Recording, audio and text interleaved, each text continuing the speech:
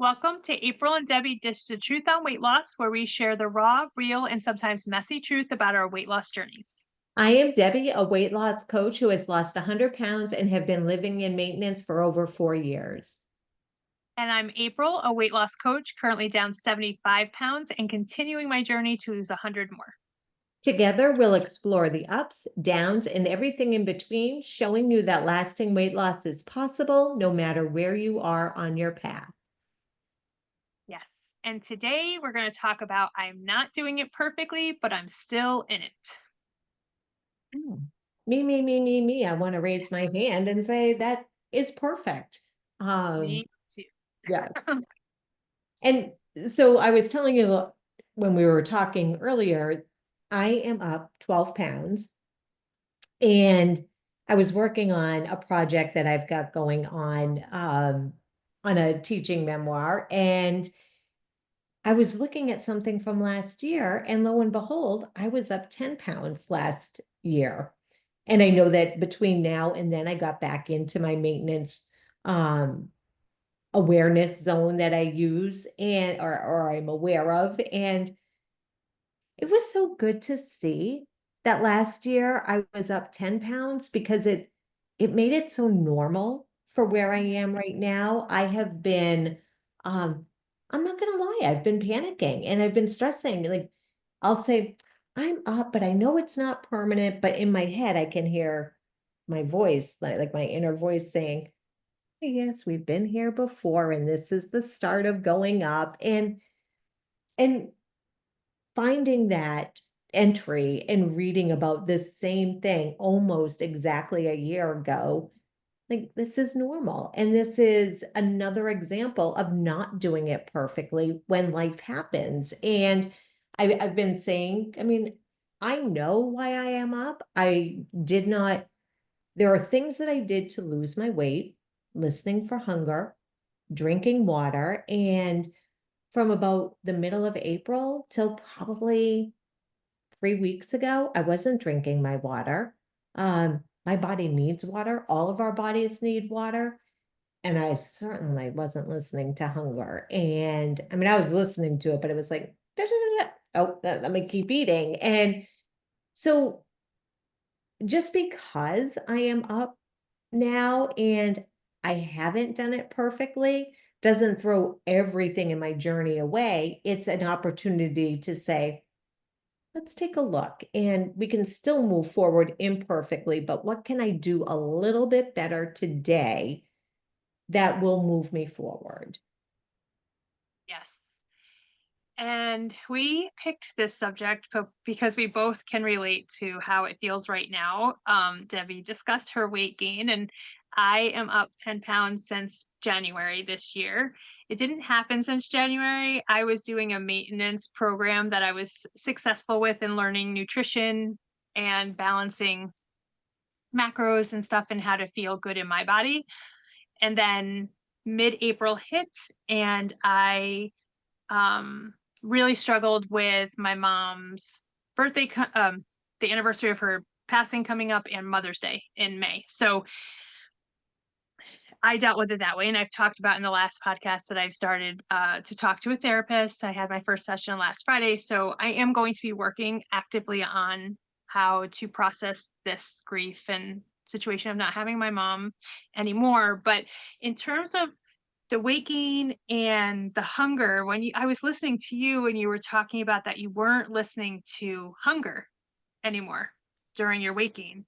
And my mind went immediately to whenever we talk about hunger, it's always in connection to food, right? Which makes sense. That's the standard definition. But really, if you're eating and you're not in the traditional sense of hunger for food, then that means your body's asking for something else, whether it's sleep, they're tired, water because you need hydration, um, a hot shower, like we talked about, being cozy, talking to a friend, watching TV, all these other things that nourish our body. Nourishment does not just come from food. And I think that's something that we all lose sight of so easily because I don't think so many people talk about it especially when you're involved in weight loss journey, it's always about the food. But in terms of thinking about the thought work that we work on, what we're thinking and how we react and how we want to find different ways to deal with those thoughts beyond food, if we think of giving nourishment to ourselves beyond food choices, that can be really beneficial to us in our journey. And I think that's something I'm tuning into, which is why I sought out the therapist, why I bought the journal that we posted about last week, things that I'm trying to try and see if they're helpful for me to give me what my body's asking for beyond food. No, and I'm glad you pointed that out because as you were talking, I thought about or going back to when the weight started to come on, and I was giving my notice at my job I had been at for 10 years. I was moving out here. I was to Arizona. Kevin was in the hospital. Like there was a lot going on, and I wasn't fulfilling the needs that I needed. Like food felt like the easiest one to fulfill because I could keep doing that, but catching up on sleep, worrying my nerves, and that's such a good reminder, April, that like we need to nourish ourselves, just not food wise, because when we get everything, we need the cry for food to comfort us isn't quite as loud. And I do want to say I did the worry jar, and I am so thankful for this because there were some times that I know I wanted to get up off the couch and I didn't. I did one of these. So I am leaving this right in the living room beside me. And I took a hot shower with music and the lights off. I didn't have a candle, but it was like those things really did help me this week. And so, for all of you listening to the podcast, we all hope that you get something out of it every single week. But I also love that you and I walk away getting tips and tricks from each other. And this one really helped this week. So thank you. Yeah, I agree. I'm glad you shared yours. I don't have mine to share in the video, I because mine was for work, and I did do it yesterday and today, and it was super helpful that I actually am going to incorporate one at home. Um, because Monday came and I wrote down a few things at my desk, and the second one that I was writing, it gave me enough pause and thinking power, I guess, during the writing of it that I thought, I need a break. This is the time where I need a break. And so finished writing the note. I put it in the container in my desk, and chatted with my coworker, said, hey, it's all right. I'm going to take my lunch break. And I went for a 10-minute walk, and it was like 95 degrees or something outside, but I went outside anyway. I just walked slowly so I didn't like get too, overheated for going back to work. But took the break, had my lunch, and I went back and I was feeling better. And I didn't eat anything that I didn't want to or plan to, I didn't eat off plan. And then today I wrote it, and I had one, but it was a big one, and it was good to write it out. And then I folded it up really tiny, like took the time to I'm calling my jar the let it go jar, because for me, that's helpful to think of it that way. Like I'm writing it down, I'm taking the time to fold it into this little square piece of paper, putting it in, and I'm at that moment, I'm just letting that thought go or frustration go or whatever it is. So I am going to incorporate one at home because I think that this exercise is super helpful and beneficial, and I'm excited to see how else it can help.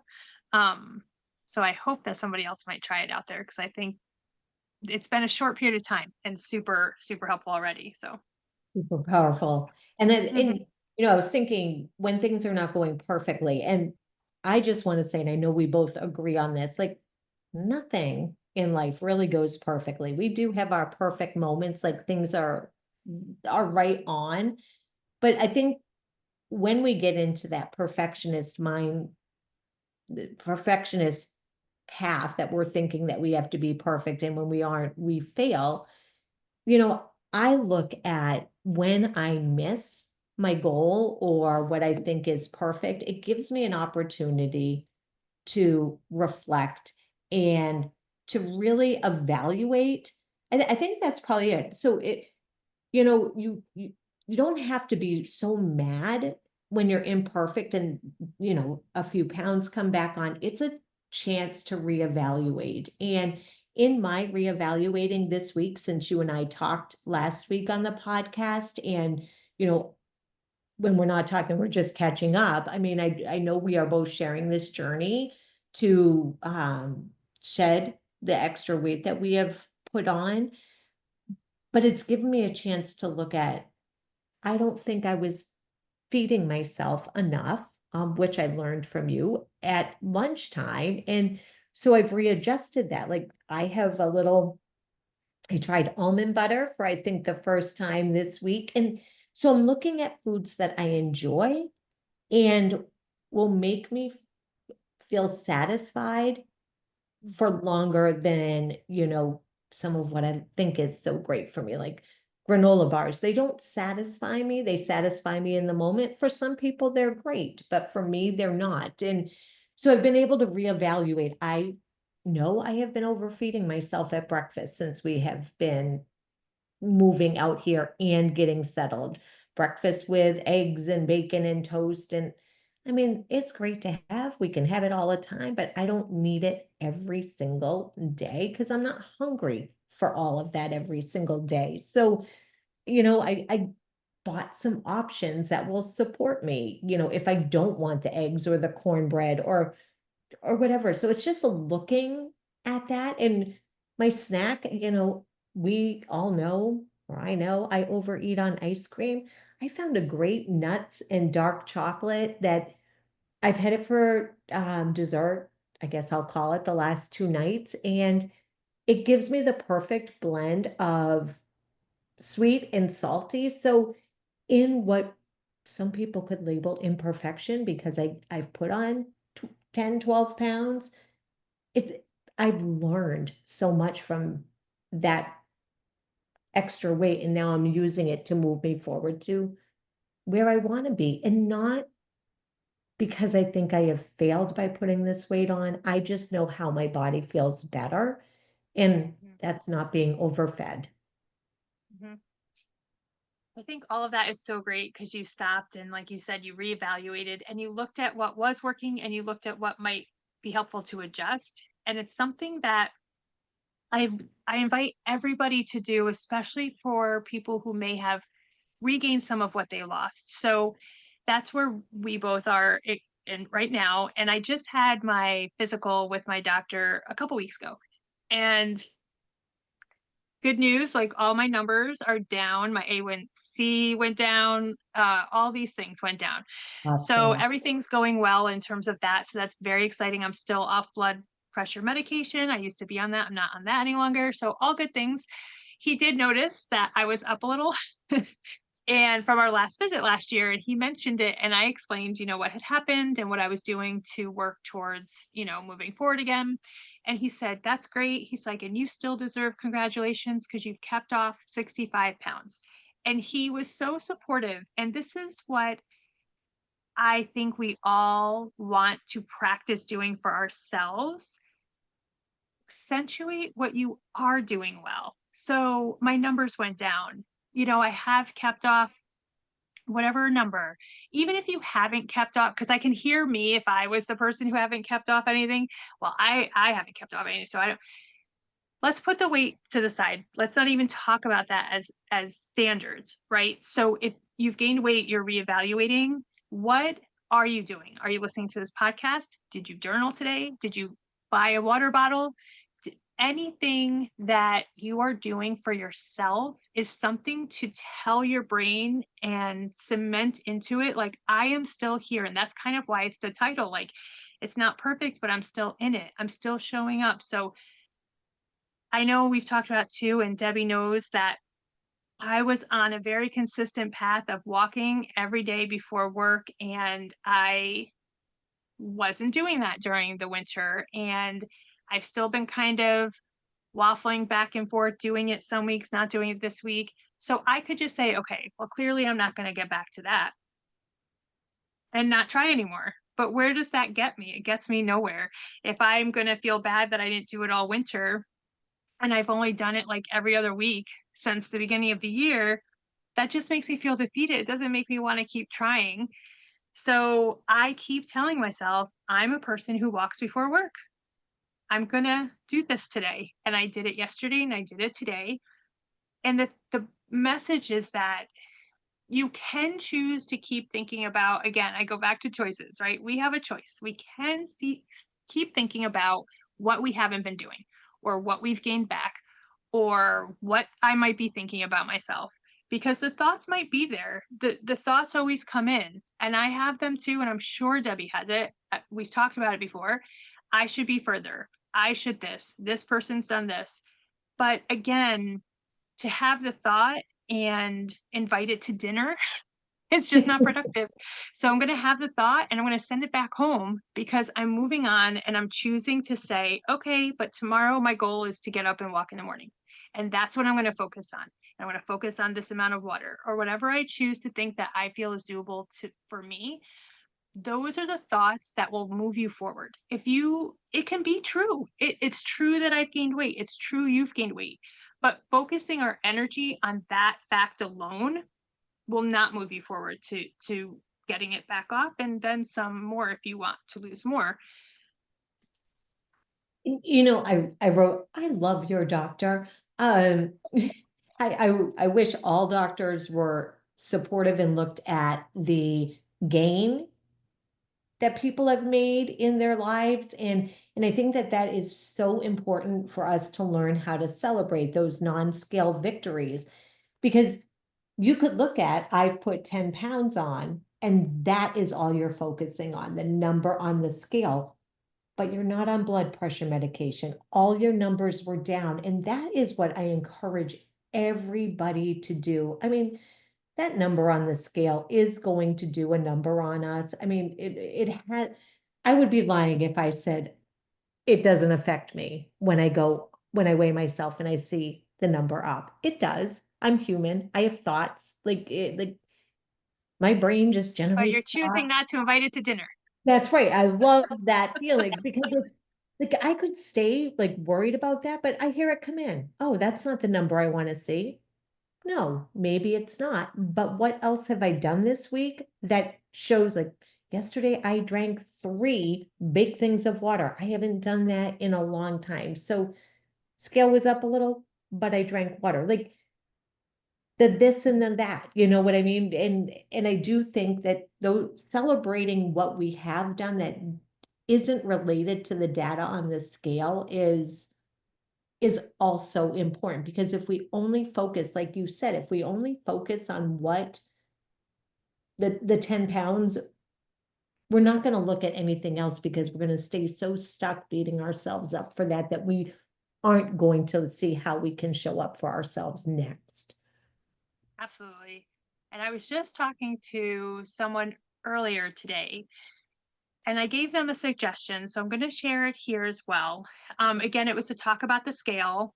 And I suggest before you get on the scale, take a piece of paper. It doesn't have to be like an official journal page or anything, but just take any random piece of paper before you weigh in and write down all the things you think you did well this week. And then make another column and write down the things that looking back at what you did and think, next time maybe I could choose to do this. Or maybe next time that's it. This didn't make me feel good. So maybe next time I'll choose that. Write a couple of those things as well in advance. So when you see that number, you already have the information of what you felt about your week before that number. Because keep in mind, and I know I've said this before, the scales will fluctuate every week, every day. So let's say you had a great week. This is what happened with the person. I don't want to share their name because I didn't ask to do so, but they lost 4 pounds in one week, which to me is amazing. My goal for every month is 5 pounds. So if I lost 4 pounds in a week, which is not standard for me, I would be like super thrilled. But everybody's body is different, right? So they lost 4 pounds. And then the next week, they gained a half a pound. And they were like, what did I do wrong? That was the first thought this person had. And of course, that's a natural thing to have because we have been told that if you gain weight, you didn't do something right, or clearly you overate, which could be true if you look at your week, and see what you've done. I don't know that, but it also could be true that you had too much salt the day before, or you drank a lot of water the night before, or hormones if you're a woman, or anything. There could be any number of reasons, or it could be that your body lost a large amount of weight one week and is kind of self-regulating a little bit. That happens too. So to initially think we've done something wrong, which I think so many of us do in many situations, regardless if it's weight or not, is a thought to work on and say, hey, maybe I didn't do anything wrong. Let's wait and see. Let me look at my list of what I wrote before I weighed in, what I thought I did well, and continue with that. Look at where I thought I could make some changes, do that next week, and then let's see what happens. That's why I encourage people who I talk with and myself to look at the month as a whole instead of necessarily every week. I agree with you because there's so much in the whole, like every day, every minute that scale fluctuates and changes. And you know, 4 pounds and then a half a pound. And if you're looking at your list to see everything that you have done right in your, or right, to support your, nothing is right or wrong, but to support where you're growing to, like you could just say, look at everything I did. My body is just doing its own thing this week. Like my body is processing something that it's not telling me about. So that half a pound is there. Like just neutralize it, because we are going to go to those automatic negative thoughts. That's what our brain does. It wants to protect us. And that's why it always goes there, to save us. But having that list in front of you, I think that was such a great suggestion for so many reasons. And having that list just enables you to say, you know what? Okay, so this week it's a half a pound, but that's still 3.5 pounds off, right? Like, don't let that Every half two a weeks. pound Mhm. take away from the 3.5. Yeah. And so, and in a hypothetical, if you lost the 4, you gained a half, and then the third week you gained a pound, that might be something to sit down and look at the list that you wrote before you weighed in and say, okay, what were the things that I thought I could change for next week, and pick one. And that's the one I'm really going to focus on. Pick the one that you think would make the most impact. Because when we try to do everything at once, it can be very overwhelming. Even with, and I've had the thought, I don't know about Debbie, but when I did an official weigh in to see where I was at for the weight gain, immediately my brain went cuckoo for Cocoa Puffs. As I said previously before we were chatting, like I was like, okay, I have to try this and I have to do this and I have to do this. And oh my gosh, I can't do this anymore. And I can't have this any, like I literally had all of the lists of things that I need to be doing and I need to stop doing. And it was just like I had to tell myself to calm down. Just let's look at really what's been going on. There was an emotionally charged situation that I coped with food. We're kind of coming down from this. We're talking about it more. You're starting to journal. Let's look at our days, what we feel good doing. Let's just get back to the routine of what I feel best doing and go from there. So catching when your brain, when I went through life coaching school, I don't know what Debbie's referred to it as, but they would call it critter brain. And I just always picture like this little squirrel just kind of like running everywhere, having all these crazy things, scurrying around to put all his crazy little nuts in the ground of thoughts. And that's kind of what I picture when I have that moment. It's just like crazy, just squirrel crazy.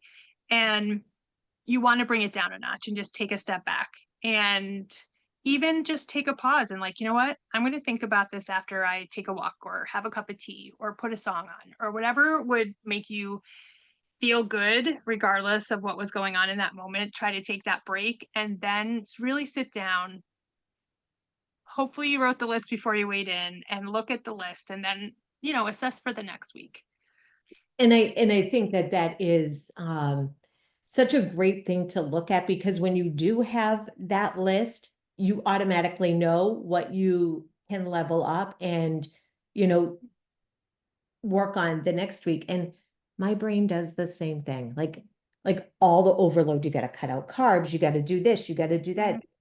And no, because if I put on my list, I'm not going to eat any carbs, I'm cutting out all the ice cream, I'm going to the gym for an hour a day, I'm going to drink a gallon of water, let's just say that, and I'm going to get up in the morning and walk a mile. Well, if I'm not doing any of those 5 things right now, and all of a sudden I am going to assign them to myself, like I'm already exhausted. I don't want to do that. And so I think a perfect way to wrap up as we are wrapping up is like one thing that we can do this week that will move us forward the most. And, it's, we're all looking for, when we're in these situations, we can be looking for the quick fix, like what is going to help. I don't want to give up carbs. We're having spaghetti for dinner tonight. I love pasta. I'm eating spaghetti and I'm eating garlic bread all in the same meal. That's not something that I am willing to adjust. But one thing that I am willing to do this week that I think will support me in so many ways other than just the scale moving is to get back out in to we now have a place that we can have some exercise equipment. And I have it's a shake plate. I don't know if anybody's done it, but I saw it on Amazon and it's amazing. It shakes you and does all these things. I've always wanted something that moves me, but it's really moving me and it is it is exercising. So I'm not just doing that, but I'm also gonna I want to be active 3 days this week for 20 minutes and not just in hopes of getting the scale to move, but more importantly, I know how my body feels when movement is involved. So that is my level up this week. And I will check in on our podcast next week to see how I honored my commitment to myself. Oh, I love that. I actually love too where you touched upon before we wrap it up. I do want to say you said you don't want to give up carbs for the rest of your life. And I think it's such an important message. Whatever you choose to do, really ask yourself, is this the lifestyle I want to create in maintenance? Because when you get to the weight that you want to live in, these are the habits that you're going to be taking with you. It's if you did choose to do that, which is fine. Some people love low carb and live that Yeah, life. Like, I'm not absolutely. saying anything against any choice, but ask yourself and even try it out. Try it out for a while. See if you like it. See how it feels in your body, whatever you want to do. But when you're doing something, whether it's movement, whether it's a food plan, whether it's journaling, anything, you want to ask yourself, is this the life I want to create for myself? Is this my routine that I want to live with forever? Because you want to do the things now that you enjoy. I know Debbie has sometimes talked about making it fun, and that's kind of the same thought process. Like, you want, not necessarily that I think waking up at 5 a.m. is fun. I wouldn't put that word on it, but I always feel better in my day. I always am more productive at work, and I always feel better in my body when I do get up before work. So that is a choice that I always do want to make. And I just keep practicing at it and figuring out how to do it each day and moving on when I don't. But it's a very important message. And I'm glad that you talked about that, because don't try to do the quick fixes like Debbie said that will get you the weight loss now, but in like 3 years, you're going to be over it. You don't want to do it anymore, and the weight's going to come back on. And then inevitably, you're going to think, see, I can't do it. And that's just Mhm. not true. You want to get to a point where you're okay with, maybe you will lose it slower. Maybe somebody will lose 2 pounds a week and you'll be on an average of 1 pound a week. But inevitably, you both will get to the same goal. It's just a matter if you're going to get there doing the things that you want to do for your lifetime and feel good doing them. So that's what I want to say about that. And I'm glad that you did say that because if you are, and we encourage everybody to take your own journey to losing weight as long as it's healthy and good for your body, Mhm. we encourage you to do it no matter whatever it is. But it is so important because if you want to eat an ice cream sandwich when you're 90 years old and you know what I mean? It needs to support your lifestyle, not just in losing weight, but the life you are creating in maintenance too. I'm so glad you brought that up because Yeah. it's so important. And I think that's something that would be great for us to talk about at some point, especially because you are, even with the 10 pounds that, or 12, whatever that you're talking about, you still are in maintenance. You're just reworking what's just come on recently. So I think that's a question we all have. It. I know I've had it because I am still, have 100 pounds, maybe more to go. What does my life look like? And I think realizing like the life you choose to live now is the life you will be living then. So that I think would be a great topic to talk about as well. I'm writing that down right now. Um, so you know what? There's no perfection. Our journeys are imperfect, and it's just a matter of keeping on going. I mean, if something doesn't work the first time, you don't stop. You just keep trying, keep moving forward, keep going after it. And so from my heart to your journey, keep blooming. And as always, wake up willing to do something that feels good to you. Have a great day. Bye.